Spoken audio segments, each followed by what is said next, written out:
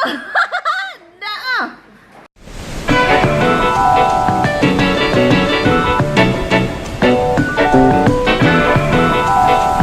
Hey guys, it's me Ashraf Zainal. Did you know that Sri Muka is not only green? And did you know about the differences between kuih Sri Muka and kuih talam? If you don't know, this is the time where you should know. Let's check it out. Auntie Rina. She is a super mom and an owner of Busy Little Oven, a small baking business of a variety of Malay and Western desserts. This business is based in Kajang, Selangor. One of her specialties is the kuih Sri Muka.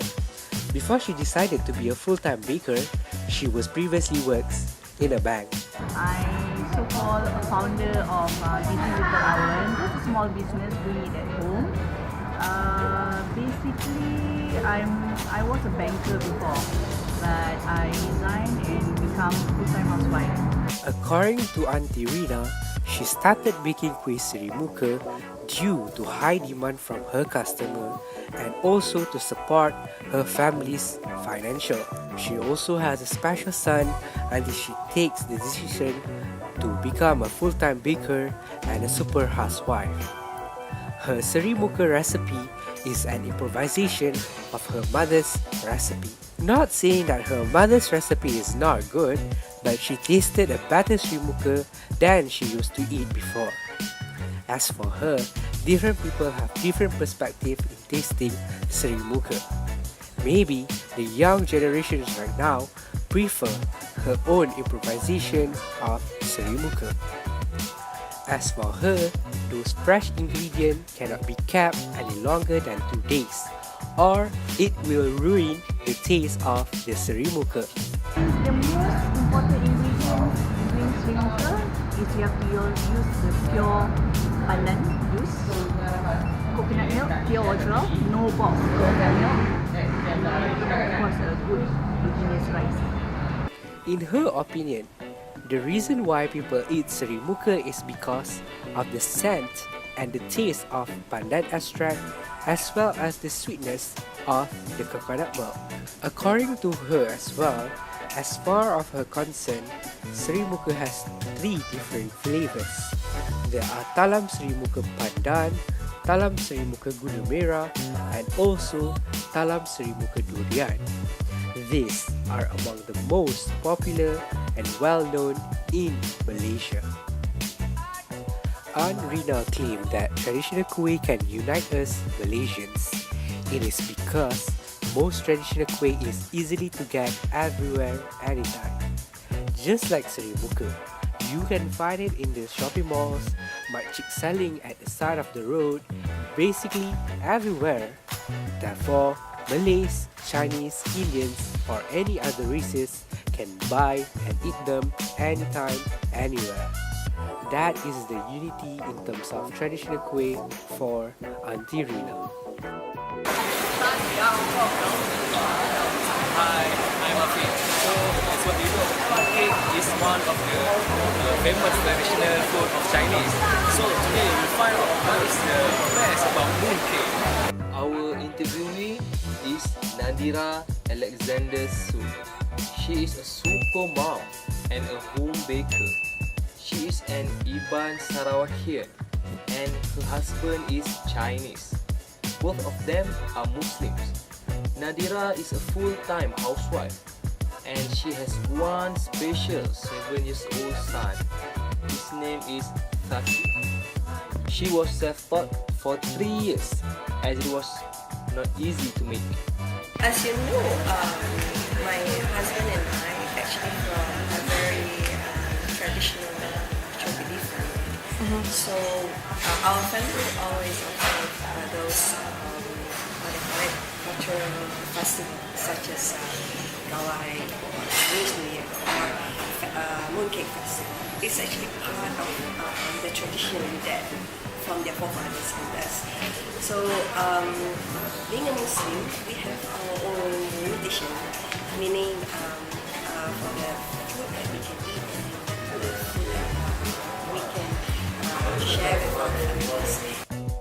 As we all know, Mooncake is often associated with Chinese culture. Imprint on the cake is with Chinese writing, actually symbolizes togetherness and longevity.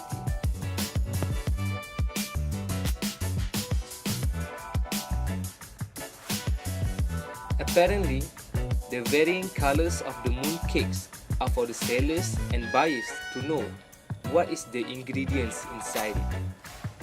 She is very honored to come from a country that has a melting pot of culture. Besides knowing putu mayam or idiyapan as one of the ways for Indians in Malaysia, what else do we know? Let's have a look. Tucked by the corridor, next to Madras Jewelers in Little India brickfields, you would catch a glimpse of a curly-haired Tamil-speaking man with the brightest smile seated next to his motorcycle. After the powder.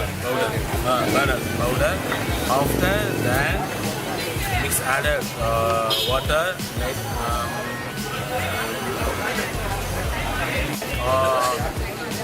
maybe 300 pieces. Maybe 45 minutes is steam. Tied to his motorcycle is a metal box with blue letters spelling out PUTUMAYA without the M though, showing signs of wear and tear over the years. This is Uncle Peter and he makes Indian kuih for a living.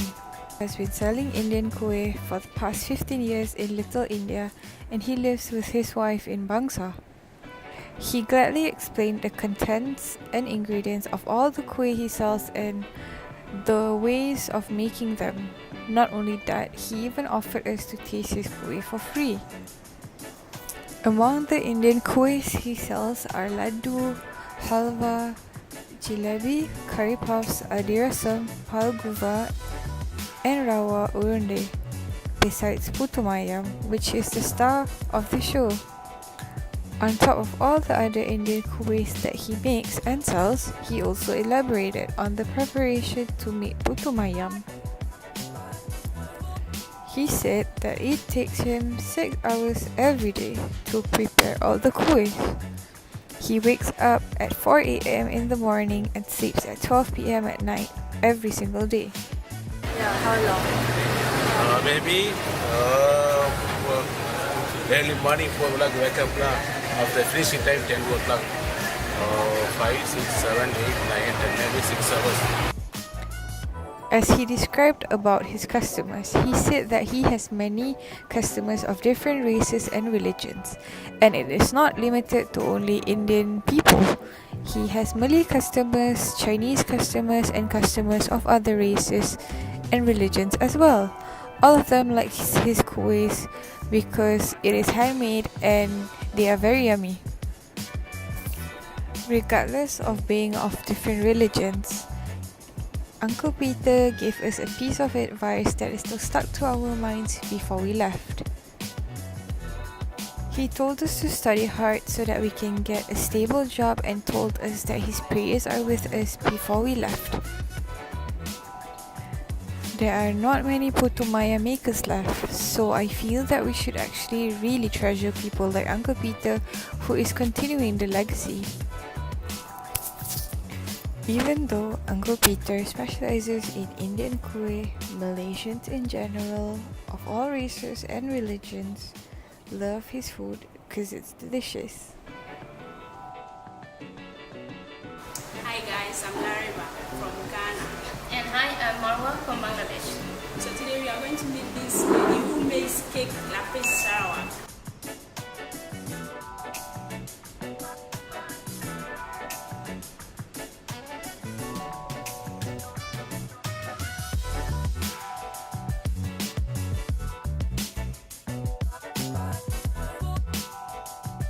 Our interviewee is Madam Fiza Rahman, a home baker from Sarawak. After failures in her previous business, she decided to start baking Sarawak layer cake for a living and has been doing it for a year now. According to Fiza, all Sarawakians make the layer cake and it is not restricted to a particular ethnic group. She inherited the recipe from her family, but the basic ingredients are still similar to cake batters. That includes flour, eggs, and milk. Durians after this, yeah. But this one is sweet sour.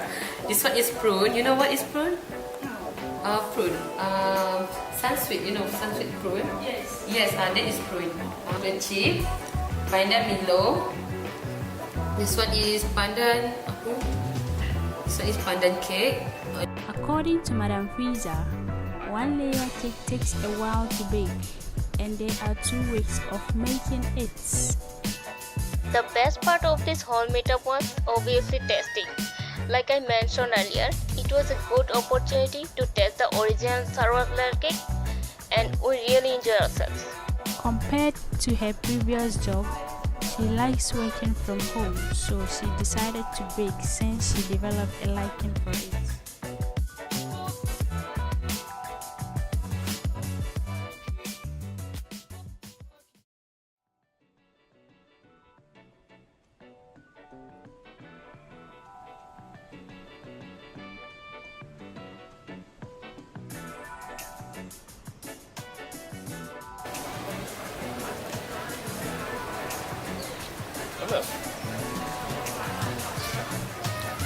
So what do you think of it?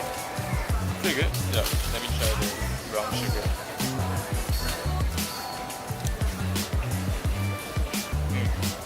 Brown sugar is much better. Hi, it's me again. I'm a worker, so I'm trying the Chinese food this time. It's called moon cake. So let's see how it tastes.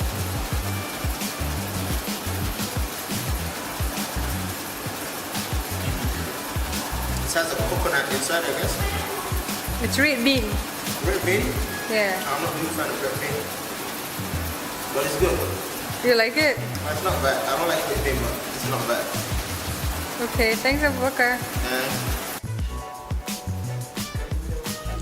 This one is tastes delicious, sweet, and it's very smelly, like very tasty.